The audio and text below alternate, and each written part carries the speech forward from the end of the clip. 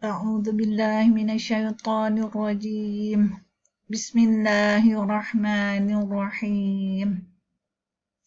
نويت التعلم والتعليم والنفع والانتفاع والمذاكرة والتذكير والإفادة والاستفادة والحث على التمسك بكتاب الله وسنة رسوله صلى الله عليه وسلم والدعاء إلى الهدى والدلالة على الخير وابتغاء وجه الله ومرضاته وقربه وثوابه سبحانه مع اللطف والعافية وصلاح العاقبة برحمتك يا أرحم الراحمين. اللهم إنا نسألك العلم اللدني والمشرب الصافي الهني يا وهاب يا غني يا وهاب يا غني يا وهاب يا غني وصلى الله على سيدنا محمد وعلى آله وصحبه وسلم. رب اشرح لي صدري ويسر لي أمري واحلل عقدة من لساني يفقه قولي. ربي يسر ولا تعسر يا كريم. Assalamualaikum warahmatullahi wabarakatuh. Alhamdulillah bertemu kembali dalam memperkatakan tentang kebebasan wanita Islam yang beriman. Dan secara tak langsung memperkatakan tentang diri saya, yang mana telah pun saya memberitahu sebelum ini, iaitu tentang pernikahan jarak jauh saya bersama Mr. Michael Jackson. Okey, jadi kita teruskan untuk ayat yang seterusnya. Ini ayat yang seterusnya, iaitu ayat 236. Semalam saya dah selesai menjelaskan ayat 235, jadi hari ini kita mulakan untuk ayat 236 pula. Inilah ayatnya yang ada perubahan cara meletakkan ataupun cara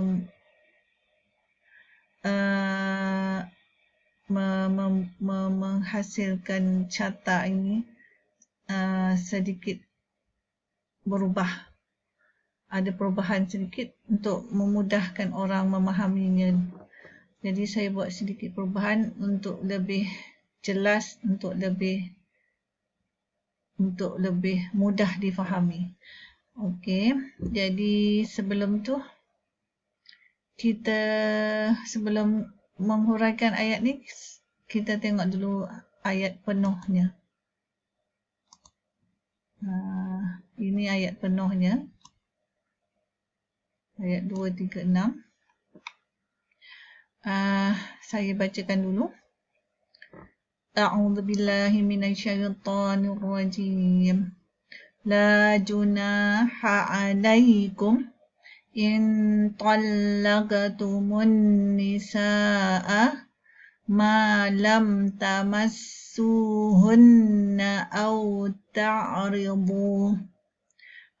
ta'ridu lahunna fariidah wa matti'uhunna 'alal musi'i qadaruh wa 'alal muqtiri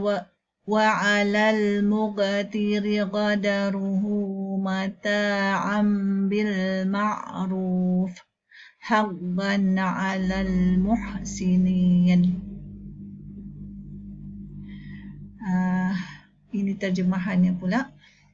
Sesungguhnya tidak berdosa ke atas kamu sekiranya menceraikan kamu seorang wanita yang tidak dijima'nya, iaitu tidak bersamalah, tidak melakukan hubungan kelamin bersama, atau memfardukan, kekal bersama dalam kurungan kamu baginya kefarduan dalam kurungan dengan memberinya mahar dan pemberiannya atas kemampuan penilaian lelaki tersebutlah atau sang suami, dan atas yang kekurangan penilaiannya sesuatu perkara dengan dimaklumi ataupun dengan sepatutnya ataupun dengan sebaiknya, boleh juga.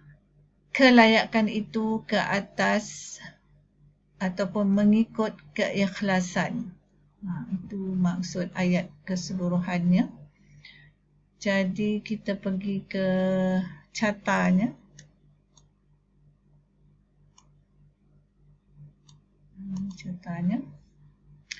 Jadi sikit nak beritahu ayat ni, dia tak ada cabang, dia ada satu je lah cabangnya, satu ini saja.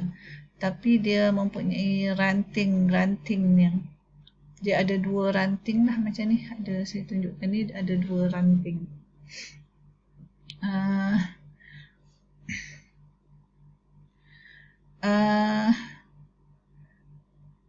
Ini ranting yang pertama, yang warna kuning ini. Dan ini yang kedua. Dan turun ke bawah. Ranting yang pertama ni pendek sahaja.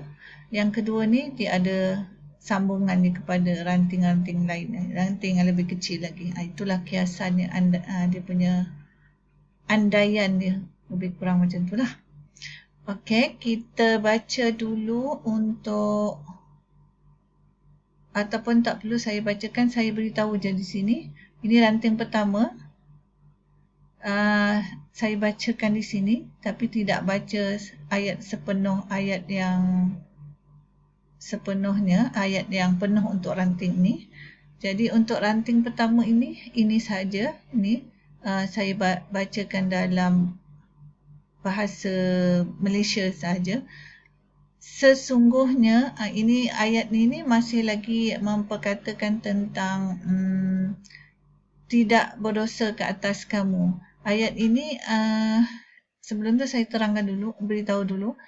Dia tak ada wa di atasnya, tak ada dan. Jadi dia terus, sebelum ni ada dan, jadi dia tidak menyambung kepada mana-mana ayat, tetapi dia menyambung kepada ayat yang mungkin ayat yang sebelum 231.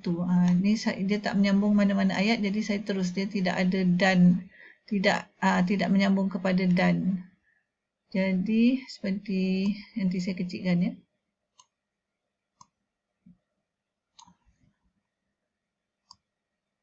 Ini kalau ikutkan yang macam ni,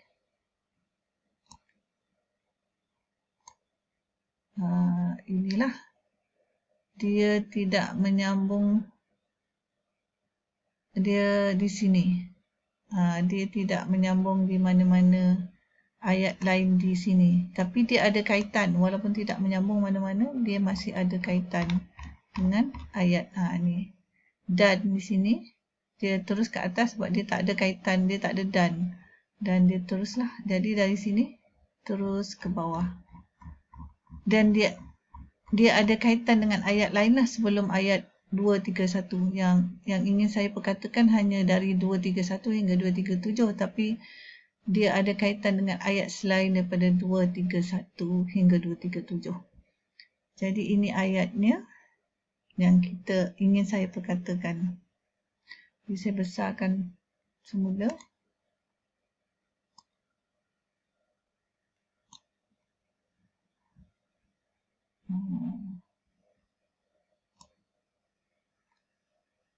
Jadi inilah ayatnya. Jadi kita lihat dulu ranting ayat yang pertama. Ranting ayat yang pertama ni pendek sahaja. Sebab dia ada dua pilihan sebenarnya. Dua pilihan au ni, atau ni dia ada dua pilihan. Boleh dibuat pilihan lah. Maksudnya ada dua pilihan. Jadi kita tengok. La junaha alaikum. Sesungguhnya tidak berdosa ke atas kamu. In talaqtumun nisaa. Sekiranya menceraikan kamu seorang wanita. Malam tamassuhunna. Yang tidak dijimaknya. Maksudnya tidak melakukan hubungan kelamin lah suami isteri. Jadi ayat yang pertama. Sesungguhnya tidak berdosa ke atas kamu sekiranya menceraikan kamu seorang wanita yang tidak dijimaknya. Itu setakat itu saja. Dan keduanya pula, atau ni sesungguhnya tidak berdosa ke atas kamu, dia terus ke sini, yang tidak dijimaknya isterinya, isterilah, memfardukan. Memfardukan ni maksud dia kekal bersama. Memfardukan kamu baginya kefarduan. Iaitu dengan memberi mahar lah. Kekal bersama dengan memberi mahar ataupun mas kahwin lah. Untuk ayat ni, mas kahwin. Dan dia ada sambungan lagi. Saya bacakan dalam bahasa Malaysia, terjemahannya saja. Dan pemberiannya atas kemampuan penilaiannya. Jadi pemberiannya itu atas mengikut kemampuan penilaian lelaki itu. Mengikut kemampuan atau penilaian pihak lelaki ataupun pihak suami lah. Dan dia ada dua, kefarduan tu dan kefarduan kamu baginya memfardukan ataupun kekal bersama kamu baginya kefarduan dengan memberi maharnya dan pemberiannya atas kemampuan penilaian lelaki dan atas kekurangan penilaiannya, atas kekurangannya ini alal muqtiri, maksudnya atas mereka yang tak berkemampuan. Penilaiannya sesuatu perkara dengan dimaklumi. Besarkan sikit ya. Senang saya nak baca, tak nampak kan. Atas kekurangannya, ni atas kekurangannya maksudnya orang mereka yang tidak berkemampuan. Penilaiannya sesuatu perkara dengan dimaklumi, satu perkara dengan diketahui. Bagi mereka yang tak berkemampuan itu, dia boleh maharnya mengikut kemampuan lah, yang tidak sesuatu tapi dimaklumi. Macam contohnya ada yang bernikah dengan maharnya atau mas kahwinnya surah Al-Ikhlas, macam tu kan. Tapi dia dimaklumi lah, dimaklumkan ataupun diketahui oleh orang lah itu maharnya. Macam tu lah, dimaklumi. Ataupun atas maksudnya atas yang kekurangan penilaiannya suatu perkara dengan dengan sepatutnya ataupun dengan sebaiknya, mengikut kemampuan lah maksudnya, sepatutnya atau kebaikannya, mengikut dengan sebaiknya ataupun dengan mengikut kemampuan lah maksudnya. Dan ini akhirnya haqqan alal muhsinin, kelayakan itu ke atas keikhlasan, mengikut kemampuan dan dengan keikhlasan. Maksudnya yang ni, pemberian ni, dua-dua ni, maksudnya dengan kelayakan itu mengikut keikhlasan. Begitulah untuk ayat ini. Jadi ayat dah 14 minit lebih. Setakat ini sahaja. Nanti insya-Allah mungkin sambung di, rasanya itu saja. Cuma untuk lebih detail nanti saya buat dia punya tulisan insya-Allah esok ataupun malam ini sebentar lagi.